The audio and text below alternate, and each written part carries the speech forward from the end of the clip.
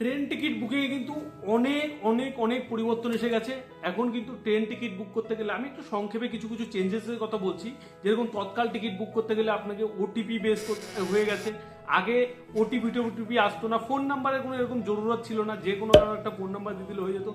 এখন সেই ফোন নাম্বারটা কিন্তু আপনার চেঞ্জ ওটিপি যাবে, মানে এরকম হয়ে গেছে যে ওটিপি বেস করে দেওয়া হয়েছে, ওটিপি বেস অথেন্টিকেশন।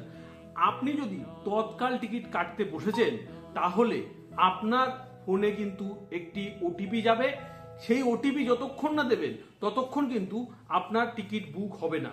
সুতরাং যারা তৎকাল টিকিট কাটার জন্য বসছেন অনলাইনে, তাদের জন্য এইটা কিন্তু বিশাল বড় একটা নিউজ যে আপনার কিন্তু ওটিপি দিতেই হবে। আপনি চেক করে নেবেন সেই ফোনে আপনার ওটিপি আসছে কিনা, রিচার্জ আছে কিনা। সেই রিচার্জ যদি না থাকে তাহলে কিন্তু মেসেজ আসবে না। এখন যে রিচার্জ না থাকলে মেসেজ আসে না, আপনারা সেটা ভালো করেই জানেন। সুতরাং ওটিপি আসা কিন্তু জরুরি আপনার ফোনে। তো আপনার টিকিট কাটার আগে এটা ভালো করে চেক করে নেবেন, নাহলে তৎকাল টিকিট কিন্তু পাবেন না। আগে 1-2 সেকেন্ডের মধ্যে তৎকাল টিকিট বুক হয়ে যেত। এখন যেহেতু ওটিপি বেস হয়ে গেছে তার জন্য কিন্তু অনেকক্ষণ, মানে মিনিমাম 5-7-10 মিনিট পর্যন্ত কিন্তু তাও টিকিট থাকে, যেহেতু ওটিপি বেস করে দেওয়া হয়েছে। কারণ ওটিপি আসতে সময় লাগে, ওটিপি পুট করা একটা নতুন সিস্টেম আনা হয়েছে এর জন্য। তো আপনারা আপনার ফোন নাম্বারে ওটিপি আসছে কিনা বা কোনো মেসেজ ইনকামিং আছে কিনা, রিচার্জ আছে কিনা, সেটা কিন্তু চেক করে নেবেন তৎকাল টিকিট কাটার আগে।